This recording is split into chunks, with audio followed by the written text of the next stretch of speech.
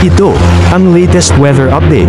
Alamin ang pinakasariwang ulat panahon ngayon dito sa Information TV Educational Channel. Sa kasalukuyan nga ay shear line. Ito yung salubungan ng hangin galing sa northeast, pati na rin yung mainit na hangin galing sa silangan. Itong shear line naman sa kasalukuyan ay nakakaapekto sa silangang bahagi ng Northern Luzon at nagdadala ng maulap na papawirin na may mga pag-ulan at thunderstorm sa may Cagayan Valley, pati na rin sa may Cordillera Administrative Region. Samantalang itong Intertropical Convergence Zone o ITCZ ay sa kasalukuyan nakakaapekto sa Mindanao. Itong ITCZ, yung salubungan ng hangin galing Northern at Southern Hemisphere. Ito ring ITCZ ay nagdadala ng maulap na papawirin at mga kalat-kalat na mga pag-ulan, pagkidlat at pagkulog sa Davao Region, Caraga, Northern Mindanao, sa may Siquijor, sa may Southern Leyte, Bohol, pati na rin sa may Basilan, Sulu at Tawi-Tawi. Kaya yung ating mga kababayan na inuulan ng mga nakaraang araw pa ay pinag-iingat nga natin sa mga banta ng pagbaha o hindi kaya pagguho ng lupa. Para naman sa nalalabing bahagi ng ating kapuluan, fair weather conditions tayo. Subalit dito sa may Ilocos Region, asahan natin yung tsansa na mga mahihinang pag-ulan at sa Metro Manila at nalalabing bahagi na ating kapuluan, mga tsansa naman ng mga localized thunderstorms ay posible. Yung ating mga kasamahan sa Regional Services Division patuloy na maglalabas ng mga thunderstorm advisory, rainfall advisory o hindi kaya heavy rainfall warning kung kinakailangan.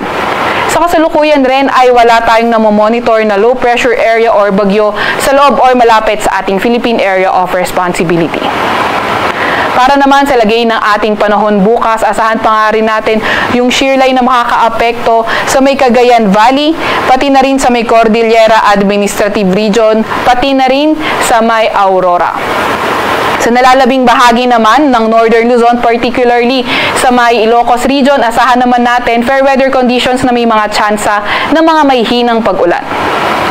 Sa Metro Manila naman at nalalabing bahagi ng Luzon, asahan naman natin patuloy pa rin ang partly cloudy to cloudy skies condition na may mga tsansa ng mga localized thunderstorms. Agwat ang temperatura bukas sa Metro Manila, 23 to 32 degrees Celsius. 16 to 23 degrees Celsius sa may Baguio, 21 to 30 degrees Celsius naman sa may Tagaytay.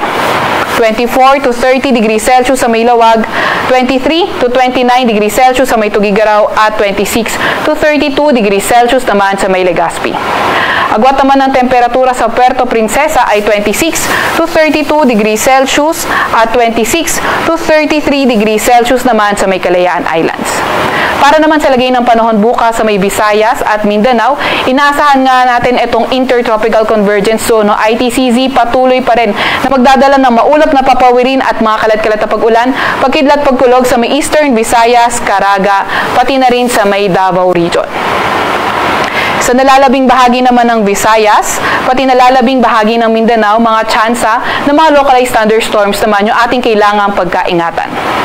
Agwat ang temperatura bukas sa Metro Cebu ay 26 to 31 degrees Celsius at 24 to 34 degrees Celsius naman sa may Zamboanga.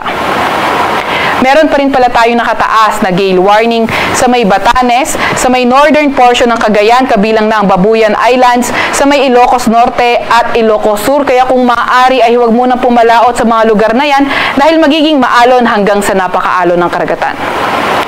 Para naman sa 3-day weather outlook ng mga pangunahing syudad natin, inaasahan natin yung paglakas nga ng northeast monsoon, kaya Friday at Saturday asahan nga natin na cloudy skies with rains yung mananaig dito sa Baguio City.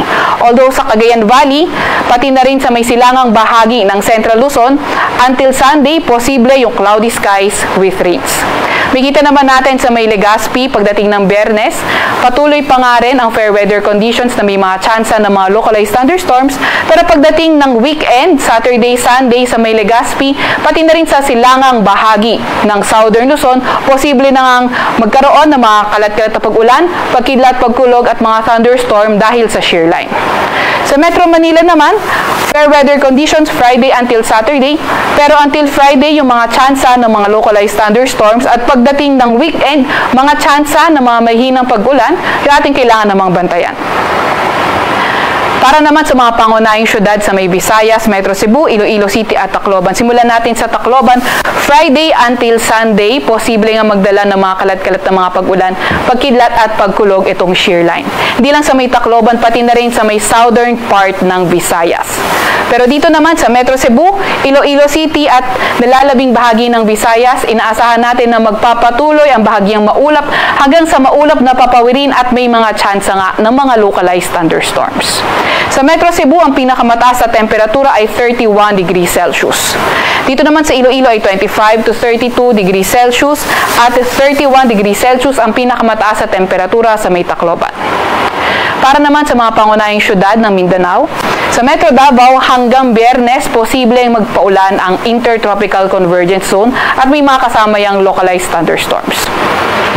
Pagdating naman ng Saturday at Sunday, asahan natin yung pag-improve ng panahon kung saan may mga tsansa pa nga ng pulupulong pag-ulan, pagkidlat at pagkulog.